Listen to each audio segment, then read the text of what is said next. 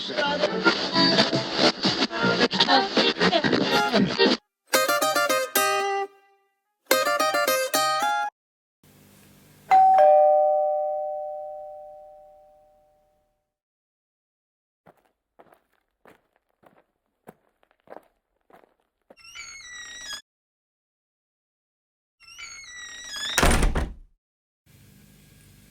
है? चिट्ठी है तुम्हारे लिए। दे दो।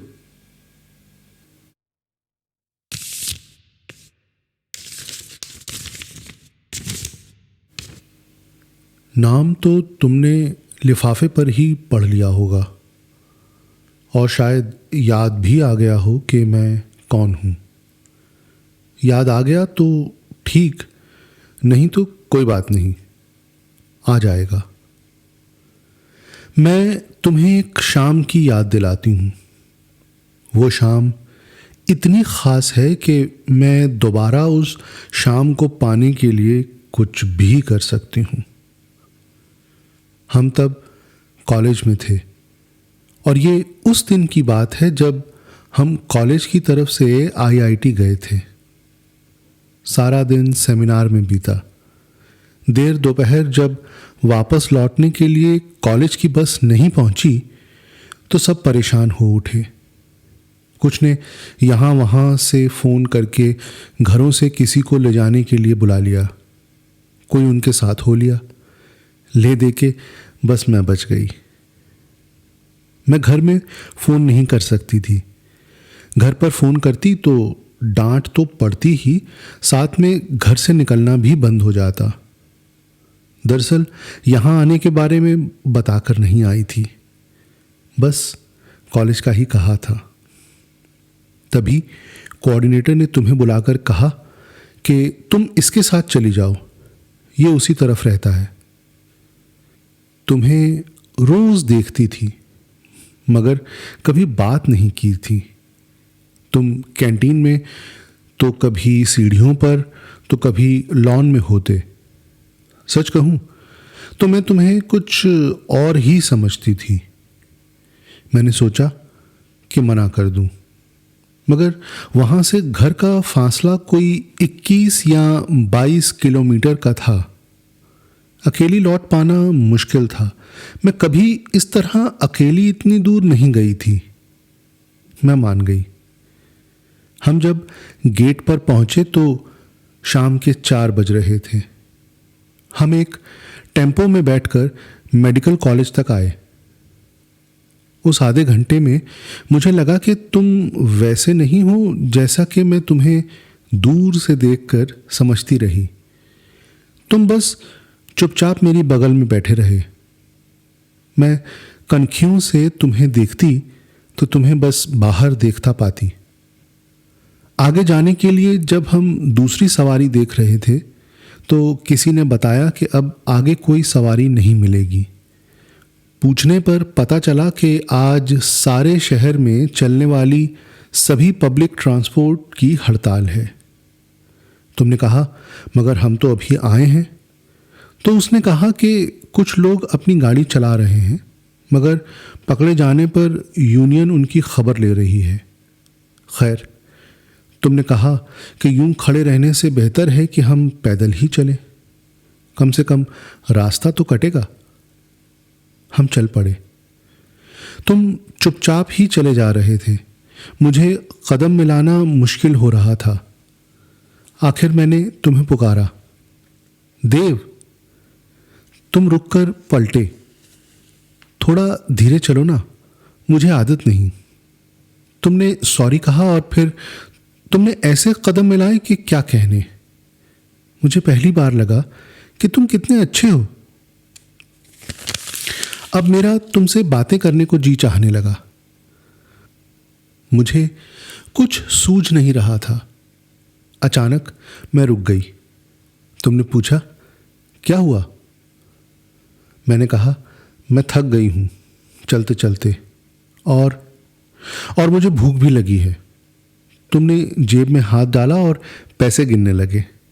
फिर बोले, माफ़ करना, किराए के पैसे छोड़कर बाकी बस इतने ही पैसे हैं मेरे पास। इतने में तो तुम्हें चाय ही पिला सकता हूँ। सड़क किनारे एक दीवार और फुटपाथ पे लगे पेड़ के पास ही एक ढाब थी जहाँ एक आदमी चाय बना रहा था। तुमने उसे 2 चाय देने को कहा और फिर हम उस पेड़ के नीचे आकर खड़े हो गए।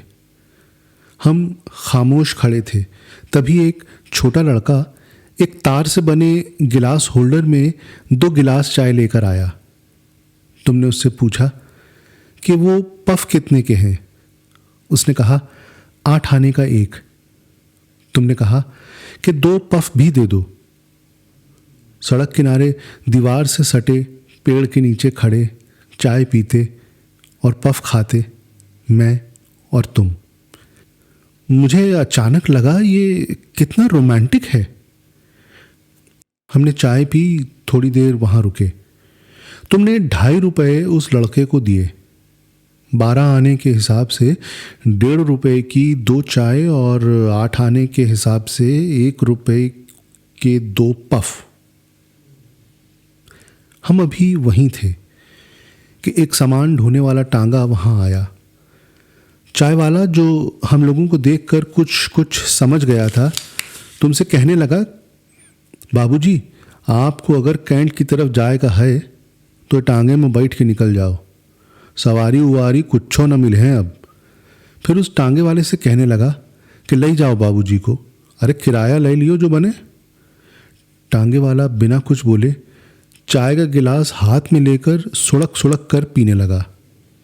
थोड़ी देर में वहाँ 2 औरतें एक बच्चा लिए आईं और टांगे वाले से चलने को कहने लगीं। 2 लोग और आए। टांगे वाला बड़े नखरे से मान गया, मगर मैं कभी ऐसी किसी चीज़ पर बैठी नहीं थी ना। तुमने कहा मजबूरी है, रास्ता लंबा है। वो औरतें तो फट से सवार हो गईं। मुझे मुश्किल में देख तुमने उन औरतों से कहा कि हाथ पकड़कर मुझे बिठा लें। तुम मेरी बगल में बैठ गए। टांगा चला तो अजीब तरह से हिलने लगा। फिर मैंने ही पूछा कि तुम कॉलेज के बाद क्या करोगे, और फिर हम बातें करने लगे। तुमसे बातें करते करते मुझे अजीब सी मदहोशी महसूस हो रही थी। मुझे सब सपने की तरह लग रहा था। एक बार को मुझे लगा कि तुम्हारी बाह के गिर्द अपनी बाहें लपेटकर सर तुम्हारे शाने पर रख दूं। मुझे ये सफ़र बहुत अच्छा लग रहा था। टांगे वाले ने हमें कैंट की शुरुआत में ही उतार दिया। अभी 3 किलोमीटर का फासला तय करना बाकी था। शाम के 6:30 बज रहे थे। मार्च का महीना था और गनीमत ये थी कि अभी उजाला था। हम एक बार फिर चल पड़े। इस बार भी मैंने ही बात शुरू की। बातों बातों में जब तुम्हें पता चला कि मैं तुम्हारे घर के पास ही रहती हूँ तो तुम बहुत हैरान हुए। मुझे अजीब लगा कि तुम कितने अलग थलग से हो। मैंने कहा कि मैं थक गई हूँ। आगे एक बेंच था, हम वहाँ बैठ गए। तुमने पूछा कि मैं कॉलेज में नज़र नहीं आती। मैं कहना कुछ और ही चाहती थी, मगर मेरे मुंह से निकला कुछ और ही। मैंने कहा, मैं ठहरी सांवली सी, मुझसे कौन बात करेगा, मुझे कौन पसंद करेगा। मैंने तो हमेशा अपने रंग को लेकर फिक्रे ही सुने, इसीलिए मैं किसी से बात नहीं करती। तुमने कहा, अरे कृष्ण भी तो सांवले हैं, फिर भी राधा उन्हें कितना प्यार करती है। वो सांवरे हैं तो तुम सांवरी, और सांवरी को कोई क्यों न चाहे। पहले मन फिर तन। सांवरी, पहले मन फिर तन। मैंने चुपके से खुद को चिकोटी काटी। कहीं सपना तो नहीं देख रही। तुमने पूछा क्या हुआ। मैंने कहा कि शायद कोई कीड़ा है। तुमने कहा कि चलो यहाँ से, मगर मैंने थके होने का बहाना करके और बैठने को कहा। मैं और बात करना चाहती थी। मैंने कहा, तुम ऐसा मेरा मन रखने के लिए कह रहे हो ना? तो तुमने कहा कि मैंने तो सच्चे दिल से कहा। हाँ, तुम झूठ सुनना चाहती हो तो अलग बात है। थोड़ी देर के लिए हम खामोश हो गए। मैंने हौले से सर घुमा के तुम्हें देखा। तुम अपने ही ख्यालों में खोए कहीं देख या सोच रहे थे। मेरा जी चाह रहा था कि तुम्हें गले से लगा लूं, तुम्हारी पेशानी चूम लूं। तुम अब तक कहाँ थे? मैं इन्हीं ख्यालों में खोई थी कि तुमने कहा कि अब चले, देर हो रही है, अभी 1.5 किलोमीटर और जाना है। हम चल पड़े। शाम का रंग अब सुरमई हो चला था। साथ चलते चलते कई बार दिल में आया कि तुम्हारा हाथ थाम लूं। तुम अपनी धुन में चल रहे थे। मैंने पूछा कि कॉलेज के बाद तुम क्या करोगे? तुमने कहा कि मैं लिखना चाहता हूँ, राइटर बनना चाहता हूँ। मेरे दिल में ख्याल आया कि तुम बनोगे राइटर और मैं बनूंगी तुम्हारी तुमने शायद ख्याल भी नहीं किया होगा कि मैं तुम्हें बार बार कनखियों से देख रही थी। पहली बार मुझे ऐसा लग रहा था कि ये सफ़र कभी ख़त्म ना हो, मगर ये कभी नहीं होता ना। सफ़र ख़त्म हुआ जब तुमने कहा कि लो पहुंच गए। मुझे लगा जैसे किसी ने मेरे सीने पर हथौड़ा मार दिया हो। क्यों घर आ गया? तुमने कहा, पहली बार तुम मेरे साथ आई हो और वो भी पैदल चलकर। तुमने जेब में हाथ डाला, पैसे निकाले और बोले, देखो सारे पैसे बच गए। पहले पता होता तो। फिर कुछ सोच कर बोले, 1 मिनट ठहरो। तुम भागकर सड़क की दूसरी तरफ की दुकान से एक चॉकलेट बार ले आए और मुझे देकर बोले, सॉरी, इतने पैसों में यही आई। तुमने बचे सारे पैसे मुझ पर खर्च कर दिए। मैंने कहा कि अच्छा चलती हूँ। तुमने कहा, ठीक है, कल मिलेंगे। मैंने हाँ में सर हिलाया। मैं सड़क पर मोड़ मुड़ी तो देखा कि तुम मुझे जाता हुआ देख रहे हो। मैं घर पहुंची तो इतनी खुश थी कि बस। शायद इतनी खुश मैं आज तक नहीं हुई या हो सकी। मैंने पहली बार खुद को गौर से आईने में देखा। मुझे पहली बार लगा कि मैं भी खूबसूरत हूँ। कोई इस सांवरी को पसंद करता है। माँ ने पूछा कि क्या बात है, आज बड़ी खुश है? चल एक खुशखबरी और सुन। तेरी शादी की बात जहाँ चल रही थी ना, वहाँ से जवाब आ गया है। तू पसंद आ गई है उन्हें। मेरा दिल बैठ गया, मगर मेरे आंसू तब निकले जब माँ ने कहा कि वो शादी जल्दी करना चाहते हैं। 1 हफ्ते के बाद की तारीख है। अब कल से कॉलेज जाना बंद, होली बहुत पढ़ाई। मैं सुन रही थी और मेरा जी दहाड़े मार कर रोने को हो रहा था। जिंदगी कितनी बेरहम हो जाती है ना, मगर क्या करें। खैर, शादी हुई और मैं गांव में अपनी ससुराल पहुंच गई। ये रिश्ता कितने मतलब का था मुझे मालूम था। बाबूजी का काम धंधा व्यापार तो खूब चलता था और ये बात सब जानते थे कि वो बेटी का घर भरते ही रहेंगे, हमेशा उसके रंग को छुपाने के लिए। पहले दिन ही मालूम हो गया कि मेरे भरतार को मैं पसंद नहीं। बस ये तो माँ बाप की खातिर शादी कर ली। वाकई यहाँ सबको किसी न किसी तरह मेरे तन और धन की ही दरकार थी। और पति, वहाँ तो तन ही तन था, मन कहीं नहीं। उसने दिन में शायद ही कभी मेरी सूरत देखी हो, मुझसे बात की हो, मगर रात को उसे मेरे तन की ज़रूरत होती। 2 साल में 2 बच्चे पैदा हो गए, पहले लड़की फिर लड़का। बच्चों को देखकर सब कहते कि काली के बच्चे गोरे हैं। बाबूजी बेटे को देखने आए तो दामाद ने मोटरसाइकिल की फरमाइश कर दी। वो भी शाम तक एक नया बुलेट खरीद कर दे ही गए। कुछ दिन दोस्तों के साथ यहाँ वहाँ घूमते एक दिन एक्सीडेंट हो गया। जो दोस्त चला रहा था वो बच गया, मगर जाहिर है कि सारी गलती मेरी ही थी। मुझे कुछ ही दिनों में डायन घोषित करके निकाल दिया गया। मैं दोनों बच्चों को लेकर बाबूजी के यहाँ वापस आ गई। कुछ दिन के बाद वापस फाइनल ईयर के इम्तिहान दिए, आगे पढ़ाई की और नौकरी करने लगी।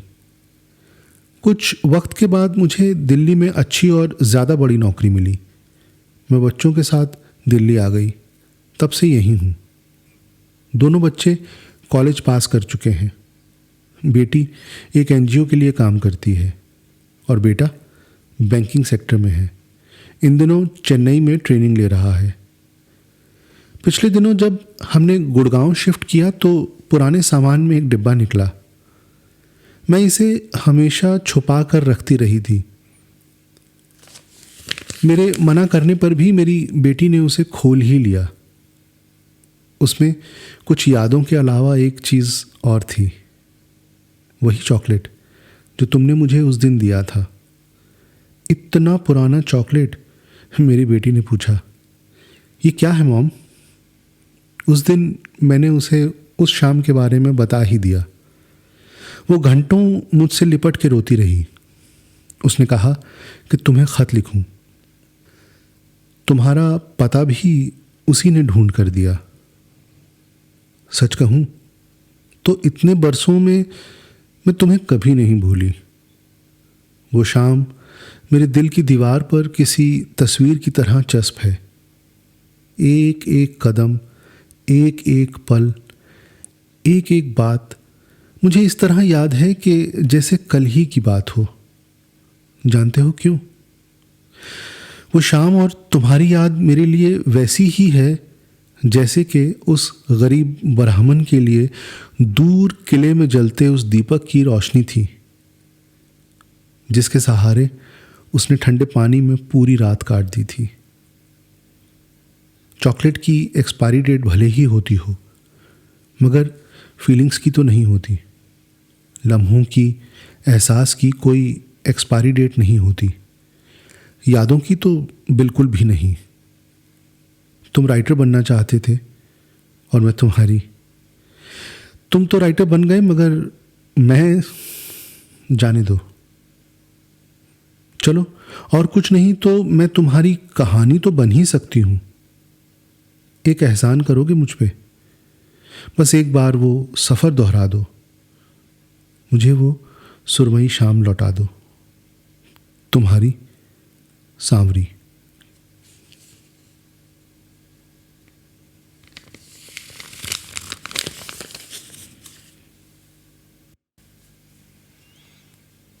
क्या हुआ? ये ठंडी सांसें क्यों भर रहे हो? यूं ही, कुछ खास नहीं। किसका खत है? दिखाओ। अरे कहा ना, कुछ खास नहीं। खास नहीं? मत दिखाओ, सब जानती हूं मैं। सुधर जाओ।